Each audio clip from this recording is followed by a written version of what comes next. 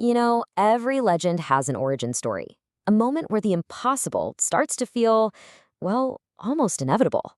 This is the story of a boy from a tiny island with a dream that was way, way bigger than the ocean that surrounded him. And listen to this. This wasn't just some kid's wishful thinking. Nope. This was a promise, a declaration made by a child who could see a future that absolutely no one else could, a future he was gonna build with his own 2 feet. So, this is the story of how that boy from that small island took that seemingly impossible dream and made it real, using every single setback, every moment of doubt as fuel for the fire. Okay, so let's go back to the beginning. We're in Funchal on the island of Madeira.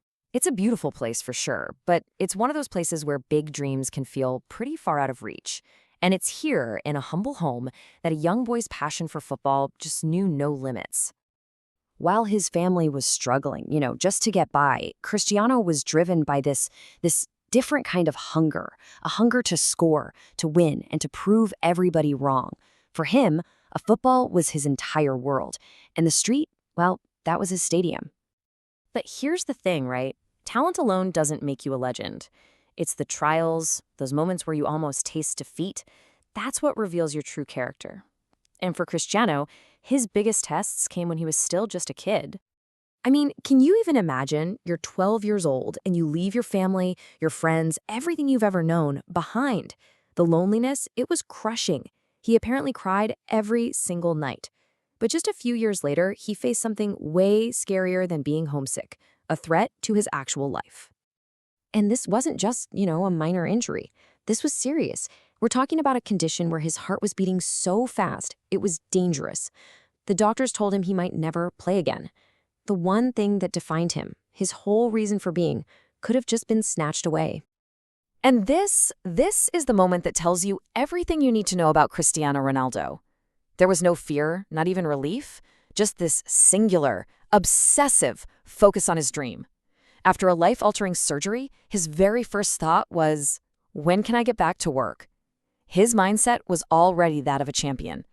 3 days. Seriously, just let that sink in for a second. While most people would still be in bed recovering, he was already out there pushing his limits again. This wasn't just resilience, it was a statement. He was flat out refusing to let fate write his story for him. So after conquering this massive health scare, he was ready to take on the world. In this next chapter, this is where the boy really starts to become a giant, stepping onto the biggest stages in club football. I mean, this just goes to show you. His talent was so obvious, so undeniable. In one friendly match, he didn't just impress the world's most famous manager. His future teammates were literally demanding that the boss sign him. He was a force of nature they knew they had to have on their side. At Manchester United, under the legendary Sir Alex Ferguson, he just transformed. The flashy tricks got refined into devastatingly effective moves. That skinny frame was chiseled into a world-class athlete. He was the guy staying late after every single practice, perfecting his craft, and turning himself from a talented kid into the best player on the entire planet. And then came Real Madrid. And somehow he found a whole other level. I mean, look at this number, 450 goals in 438 games. It's just insane. It sounds like something out of a video game, right? More than a goal every game for 9 straight years at the very peak of the sport. He wasn't just a player, he was an absolute phenomenon. Of course, you can't talk about this era without talking about the other guy, right? Lionel Messi. They were total opposites, a clash of styles that basically divided the entire football world. Their constant battle for who was the best didn't just define them, it lifted the whole sport, pushing both of them to heights we might never see again.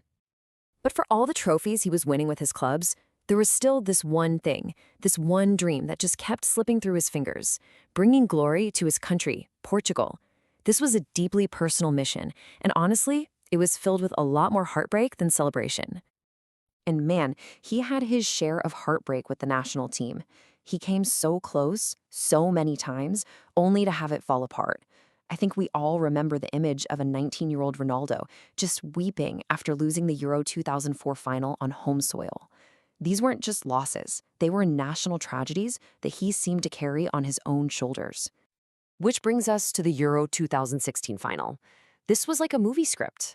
First, the absolute worst case scenario happens. He gets injured and has to be stretchered off in tears. His final is over. But then, from the sideline, he just transforms. He wasn't just a captain anymore. He was a coach, a cheerleader, a fan, kicking every ball. And when that final whistle blew, he had finally done it. He delivered on his promise.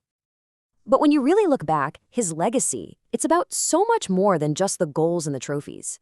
It's about the standard he set for what ambition and hard work really look like. I mean, his influence is just staggering. He's not just an athlete. He's a global brand, an empire. But his power as an athlete and a brand is also matched by his work as a philanthropist. He's constantly giving back, never really forgetting where he came from. And this, right here, is really the heart of it all. This is the lesson he taught an entire generation. Greatness isn't something you're born with. It's something you earn. It's a testament to the idea that talent is really just the starting line. The real work is what you do when nobody's watching. So what's it all boiled down to? It's these things right here. That relentless, nonstop hard work. That unbreakable belief in himself, even when others doubted him. That hunger to always be better than he was yesterday. And deep down, he's still driven by the memory of that barefoot kid in Madeira who had nothing but a ball and a big dream. So when it's all said and done, how will we remember him? Is it just about the goals, the trophies, or is it about something bigger? Maybe, just maybe, he'll be remembered as living proof that the size of your dream should never, ever be limited by where you came from.